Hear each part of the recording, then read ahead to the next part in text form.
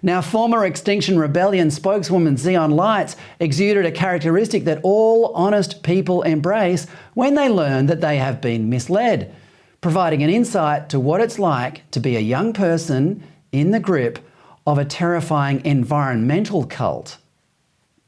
I had a fear response. I was young, I was scared, and I believed them. And I went to anti-nuclear protests and I wrote articles about how I didn't write about demonic creatures, but I wrote that it was bad, and I was wrong. Like, I was completely wrong. And now, everything that I do now is trying to undo that damage, because I'm in this movement where people say, climate action now, and then they block the biggest thing that could help with their cause, which is building nuclear power stations.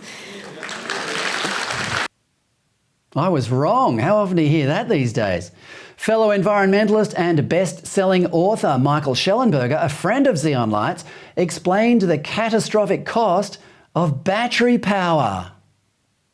What about the batteries? Well, my friend Xeon Lights just said the batteries are prohibitively expensive. Just to get a sense of it, it costs about $750 billion to back up the U.S. electricity grid for just 4 hours.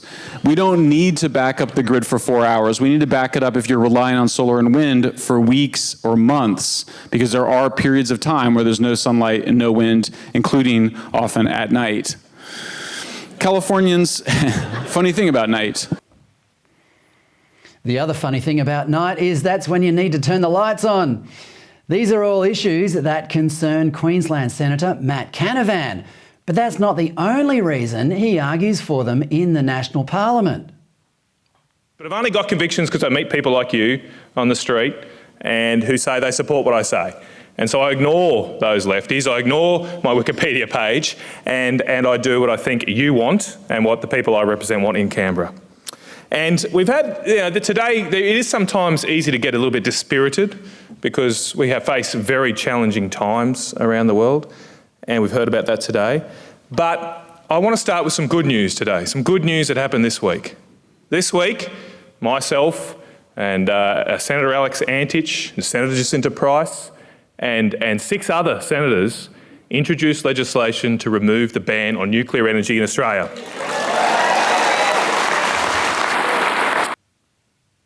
Melbourne filmmaker Topher Field recalled what it was like to live under the jackboot of Dan Andrews during the COVID lockdown.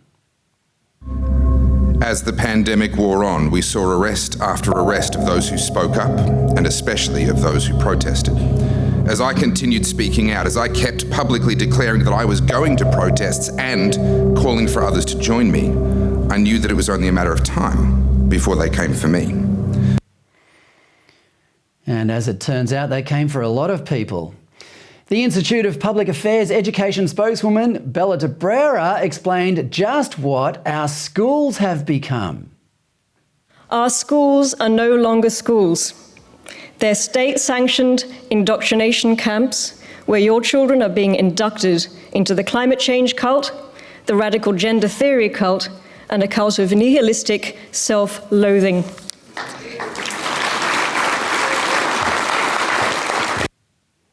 All in all, it was a diverse, entertaining and often extremely alarming lineup of passionate speakers and a passionate audience.